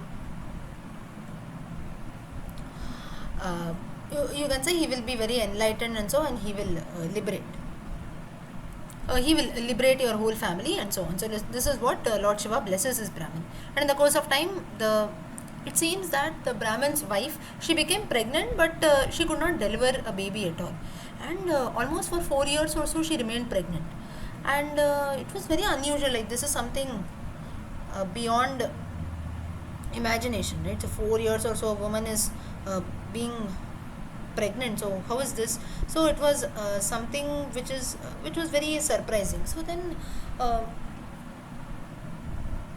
what this Manti, this Brahmin, he said that let us do one thing, let us ask this the child only inside. Now it would have almost grown up, right? It's 4 years old. So let's ask the child inside. And it seems that while Banti was saying so, both the husband and the wife, the Brahmin and his wife, they were just having a conversation with each other. And at that time, the child inside the womb, he replied that he feared Kala. Kala is death. And that's the reason the child told that I don't want to take a birth. Because if I take birth, I have to die someday. One who is born, he has to die. So the child inside the womb says that if you assure me of protection from Kala, Kala is death, then I will take birth. Otherwise, I don't want to take birth at all. No, how can someone promise, right? If someone is taking a birth, the person has to die. So how can you promise this way? So again, this Brahmin Manti, he goes and prays to Lord Shiva, and he tells that my son is asking like this, the child. So what should I do? And Lord Shiva, he sends 4 of his Bhutaganas. He goes and sends them and tells that you go and convince the baby. And the names of these 5 Ganas who are there, Bhutaganas, were Dharma, Jnana, Vairagya, Aishwarya and Adharma. And they assured saying that we 5 of us, Dharma, Jnana, Vairagya and Aishwarya, we, now 5 Ganas had gone, even Adharma had also gone there, but then only 4 of them, they went near the child and they told, that is Dharma, Jnana, Vairagya and Aishwarya. They said that we will never abandon you. And the 5th Gana, Adharma, who was there, he says that I will never come near you at all. Adharma, you will always be on the part of Dharma. I will never come near you, so you will always be free from Adharma. So these assurances. So again, in a very smart way, Shiva tackled the situation. So he was not promised that he will not face death also, but then the child was told that these 4 things will always be there with you. All evil things you will not be there with you. So therefore, the child was now assured. So it is just like when a small child also, he cries for something. Instead of that one thing, we give the child 2 or 3 other things. The child is happy with that, right? He forgets the original thing. So the same thing happened here. And now the child finally comes out of the womb. But still, even though the child came out, it was still crying and it was very fear. You can say it was afraid. So now all the Ganas, they told that this person, even though this child has come out, we promised him so much, still they tell the Brahmin that your son is trembling, he is crying, he will become famous as Kalabhiti, meaning one who is afraid of Kala. Now he grew up to be a very virtuous person. He did all kinds of good things. He was a great devotee of Shiva and so on. And once it so happened that he sat under a tree and meditated for about 100 years in Lord Shiva. Lord Shiva comes before him and says that now this person Kalabhiti, he did not know that the person standing in front of him was Lord Shiva. So Lord Shiva had bought some water with him, tells this Kalabhiti that you please quench your thirst. For almost 100 years, you're standing on your toe and doing tapasya, so first you quench your thirst. So this person says, I do not know who are you, I do not take water from an unknown person. He tells Shiva, first you reveal your identity, who are you and so on. What is your religion, what do you do and so on. So Lord Shiva says that I am beyond any religion or conduct. And at that time, Kalabhiti refused to believe this. Lord Shiva leaves from there. He says, there's no use talking to this person, it's better I go from here. And the place, now the water that Shiva had bought, it had to be kept somewhere, right? So what Shiva does it, he digs a pit nearby and in that he pours the pot. He pours the pot of water in it. And after that he disappears. So Kalabhiti was shocked. He did not know what happened and so on. And at that time, at that place only, a Shivalinga came out. It was Swayambhu. And Kalabhiti worshipped this Shivalinga. And now Lord Shiva appeared before Kalabhiti and blessed him, says that you will become free from the fear of death. That is, from today onwards, you will be free from the Kalabhiti, that is from the death of Kala. Now why did Shiva do this? In spite of Kalabhiti not recognizing Shiva in front of him, still how come Shiva blessed him? It is very much relatable to all of us also. We go to a temple, we are all used to seeing the Lord in an idol form, right? Say for example, one fine day you stand in front of the temple and instead of the idol you see a real man standing there, what will we do? And the man says, I'm God only, I'm the Shiva, Krishna, whichever temple you go. Or maybe you hear a voice from somewhere of the Lord saying that I'm Lord and so on, I'm blessed, I'm pleased with your prayers, I'll bless you with whatever you want. Or if a person comes in front of us in reality and says that I am Vishnu, I am Krishna, I am Shiva, none of us will believe, right? Because we are so much used to the fact that Lord can never come, we can never see God with our naked eyes, right? So therefore, to this person also it was the same thing. But when the same Shiva appeared in the form of a Shivalinga, Kalabhiti started worshipping Shiva. So basically, it was not the mistake of Kalabhiti at all. But then when someone came in a form of a human being, it became very difficult to believe. And finally, Lord Shiva, he instructed Kalabhiti that a sage will come there. You have learnt a lot, so sage's name was Karandama. That Karandama, you please preach him with whatever you have learnt and so on. And this same Kalabhiti became known as Mahakala. Mahakala because he was the one who had been successful in, you can say, being free from the fear of death. So Mahakal that we say, Mahakal is another name for Lord Shiva only, but this Kalabhiti was famously called as Mahakala. Now further, as told by Lord Shiva, the sage Karandama, he comes there and he arrives at the place where Kalabhiti was staying. Now Kalabhiti was called as Mahakala from that day, and he worshipped Lord Mahakal and he went to meet sage Kalabhiti also. And now this sage Karandama who had come earlier, he was a king, so he had a lot of doubts regarding the rituals of Shraddha and so on. And he says that how come the Tarpana that I do in my house, how come it satisfies the ancestors? Mahakala, he replies that the soul never dies away, so whatever you accept, whatever you offer, that will be readily accepted by the soul of your ancestors and so on. So like this, there are a lot of questions were asked with related to Shraddha Karma, and very nicely Mahakala answers all of that. Then now a few methods of worship also has been told, wherein Mahakala replies that a devotee should always put a Tripunda mark on his forehead. Tripunda is the vibhuti that Lord Shiva devotees we usually apply, bhasma on the chest, on both the shoulders and so on. While worshipping Shiva, this has to be done. Then when one enters the temple of a Lord Shiva, we should always be pure, that is wearing good clean clothes, take a bath, having a fresh mind and so on. And then first we should clean the entire place, then the Shivalinga should be cleaned properly, all the abhisheka, water, everything should be filled in. Then garuas should be kept, 4 garuas. Now what is a garua?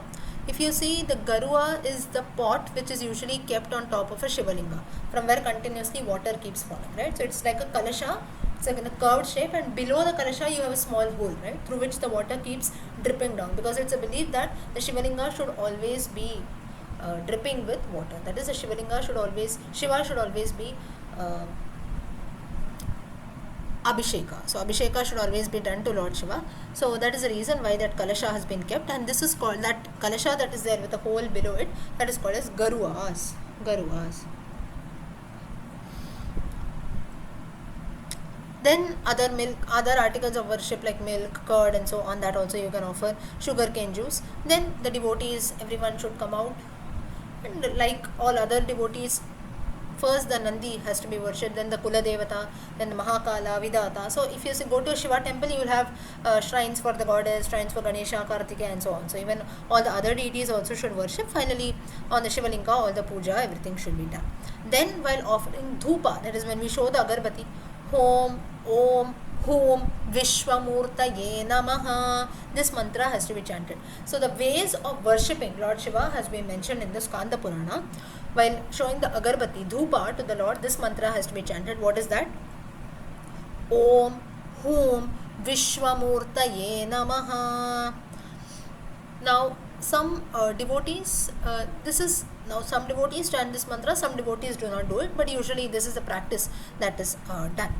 Then some people have the worship of even the Trishula of Lord Shiva. So Trishula also has to be worshipped, just as we worship Nandi, Ganesha and so on. Similarly, Trishula also has to be worshipped.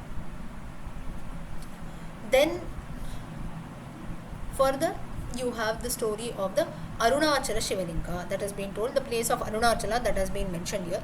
So once Suta, he had gone to Naimisharanya, all the sages there, they ask him, what is Arunachala, how come Arunachala is born, it's become a very famous temple today and so on. So at that time Suta, he says that Sanaka had also asked the same query to Brahma. So that is when the story came in, that a very effulgent, you can say very bright fire that was there, and it was actually manifesting Lord Shiva. Brahma and Vishnu set out to find its end, but there was no end at all. And that pillar, ultimately that fire, it turned out to be a Shivalinga. Lord Shiva came out of that, and we requested the form of Lord Shiva to minimize, to reduce his size, and that's how he has established himself in the form of the Arunachala Shivalinga that is there. So that is Arunachaleshwara, and it seems that the whole place of Arunachaleshwara remains untouched. Even when the whole world gets submerged in water at the time of Pralaya, it seems that the holy place of Arunachaleshwara will never get submerged in water. Those who have gone to Arunachaleshwara, even today you can see the Arunachala Parvata that is there. Earlier it was of fire, then it was of green rubies, then it was of jewels, then now in the Kali Yuga it is of like a normal mountain of stone and rocks. So even today if you go there, you can actually see the Arunachala mountain, which is considered to be the form of Lord Shiva only. Now here in the Skanda Purana, you have the significance that Shiva has created the universe. Now how come? It seems that from Shiva started the process of creation of his own will. It seems that Vishnu came from the left side of his body, Brahma from the right side, and that's how later Brahma starts the process of creation. So Rajas, this quality was given to Brahma, Sattva quality was given to Vishnu, Tamas, this quality was with Shiva. Now because the Skanda Purana glorifies Lord Shiva as a primary deity, Lord Shiva will always be shown, always be showcased at a higher, he always will be given a higher status. So therefore it has been mentioned that Shiva is responsible for creation. Further, the process of creation started just so the first two deities, Brahma and Vishnu, were created by Shiva, and then the further responsibility of creation was given to Brahma. Further, we see that you have the story, you have the slight mention of the killing of demons, Shumba and Nishumba, which we have already seen in the Markandeya Purana, how the goddess comes and kills. That Kali, the goddess Kali, how she comes there and kills them. But for this there is another story that is there. So it seems that once this Kali Kaushiki, that is the name of the goddess Kali Kaushiki, she does a lot of penance at the Gauri peak. It's a peak in the Himalayan regions, and Kali, if you see, she is always dark complexion, right? But once she does a lot of penance on the Gauri peak, she becomes fair complexion. That's how we have Kali, Gauri, we say, right? Fair and dark and fair. So this is how it is. Kali is for goddess Mahakali and Gauri is for goddess Gauri. And that's how she regained her fair complexion. She became the mother of Ganesha, Kartikeya. And once goddess Parvati, she went to Arunachala mountain where sage Gautama, he was doing tapasya. And she was very happy with the scenery all around. She decided to do tapasya in the same place. And she instructed goddess Durga, she says that you be guard here, you guard me, nobody should disturb my penance. And at that time, Mahishasura, the same story that we saw in the Markandeya Purana, same is repeated here. Mahishasura, the demon, he sends a messenger to convince Parvati to marry him. It doesn't happen that way. And ultimately the war takes place and Mahishasura is killed. Then you also have the mention of Chanda Munda, how they are killed. Now I'm not going very deep into that because just now we have seen the Markandeya Purana. So the same story has been repeated even in the Skanda Purana. Further, goddess Durga, she goes to the place where goddess Parvati is still doing penance. And goddess Durga was the one who had actually killed Mahishasura. Now though goddess Durga, Parvati, Gauri, Kali, they are all one and the same, they have assumed different forms. So these are all the different incarnations of goddess Parvati. So the goddess Durga, she goes to Parvati and says that I have killed this great demon Mahishasura. So now everything has been done and the world has been freed from this. So she just, as a mark of respect, she goes and informs Parvati of this. Meanwhile, what happens is that goddess Durga, what she does is she was taking her bath to purify herself with Mahishasura's skull in her hand. That's the reason why in a few photos of goddess Durga, you can see a skull in her hand, right? So that is the skull of Mahishasura. And while she was doing that, she a Shivalinga had been struck in Mahishasura's throat and that fell down. And this Shivalinga later became known as Papanashana Shivalinga, and Lord Arunachaleshwara then made Parvati to sit by his left side. So this was the Papanashana Shivalinga is there, and here is where some people believe that that's how the Arunachaleshwara temple was formed. And then Parvati was also doing penance in a nearby hermitage. That's when Arunachaleshwara's goddess, who is their goddess Parvati. Even today you go to the Arunachaleshwara temple, you have the goddess Sannidhi. Anyone knows the name of the goddess of Arunachaleshwara? What is the name of the goddess? Nobody knows? Just as we have Brahmarayambika for Mallikarjuna, similarly for the goddess, what is the name?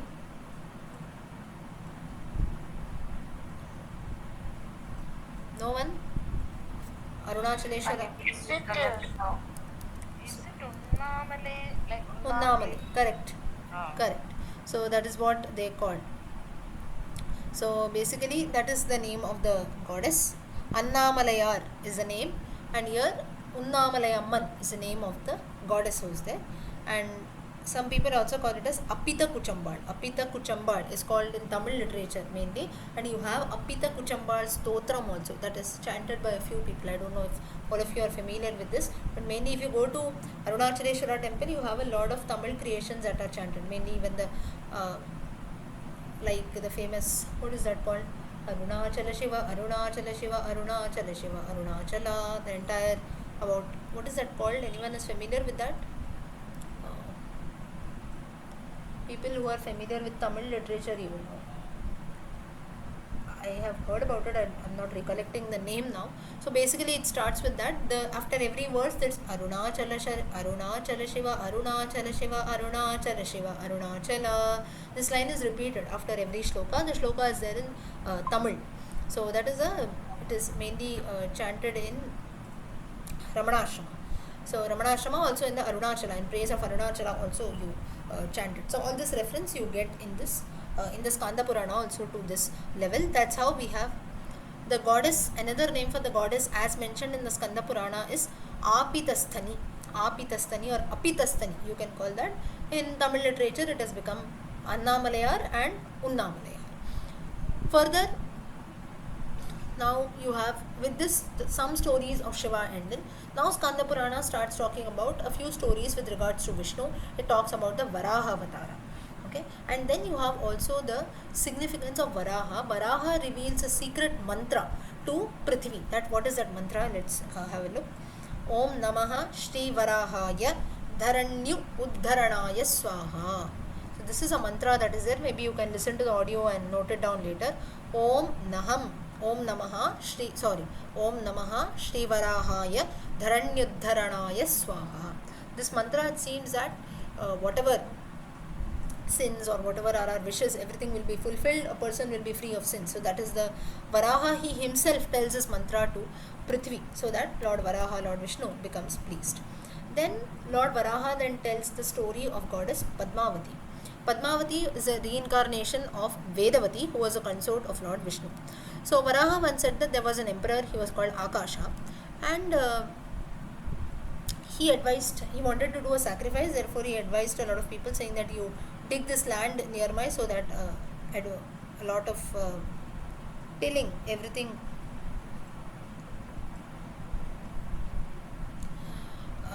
can be done so that the sacrifice is possible. And suddenly, as the land was being cultivated, somewhere the plough got stuck in between, and when the plough was struck, a small baby girl was crying there. So all the people were surprised. They said, how come a baby girl is there inside, and that too she was alive, a girl or a small baby inside mud for so long, and it was alive.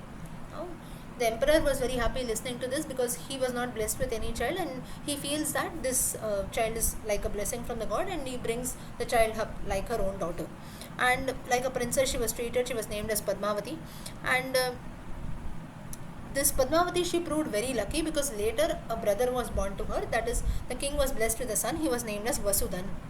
And once Narada, he visited their place and he met both the children, Padmavati and Vasudan.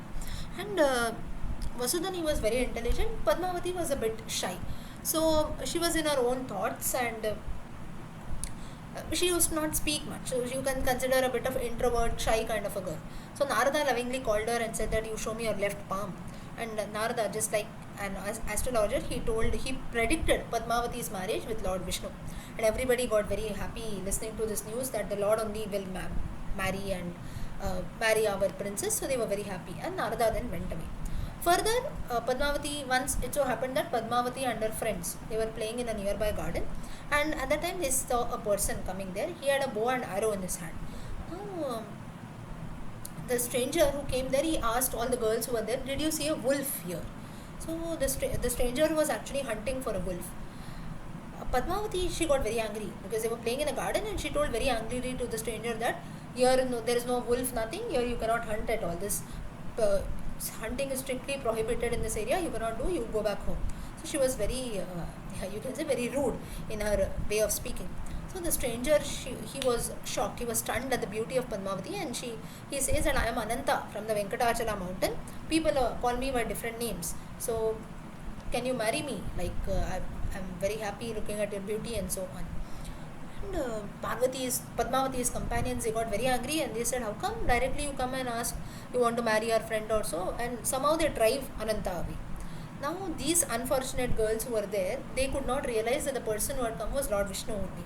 That's the reason how we have even today the Srinivasa Padmavati Kalyanam. So the story of Srinivasa Padmavati comes in the Skanda Purana. And after reaching his palace back, Ananta, he reached back Venkatachala mountain, and he finds it very difficult to concentrate in whatever he was doing, because his mind was occupied by Padmavati all the time. And one day, Vakula a maid servant, comes there. Vakula again, those who remember, we had seen this in a recent Vishnu Sahasranama legend. Vakula some people also call it as Bakula. She comes there, she is the maid servant of Ananta, and she comes there and requests Ananta, please come for lunch. But Srihari, the Lord, he was lost in thoughts of Padmavati, and Vakula she saw that the person was lost in thoughts, and she asks him continuously what happened and so on. And that's when the Lord gives an answer saying that I saw this girl and so on, and I'm very much infatuated by her beauty. Saying so, he stops here. But then Vakula says, okay, is it only so much, or do you want to say something more? Because looking at the face of Vishnu, of Ananta, Vakula felt that the person wanted to reveal something more. So then he tells the full story in detail. He tells that Ananta, this person tells, in the Treta Yuga, I had incarnated a drama. At that time, Ravana had abducted my consort Sita. But fortunately, she was not Sita. She was Agni's consort Swaha. That's how you have the concept of Chaya Sita who was there. Now Chaya Sita, this reference is there in the Ramcharitamanas. You also have it in the Skanda Purana. So therefore the Sita who was abducted by Ravana was not the original Sita. She was the Chaya.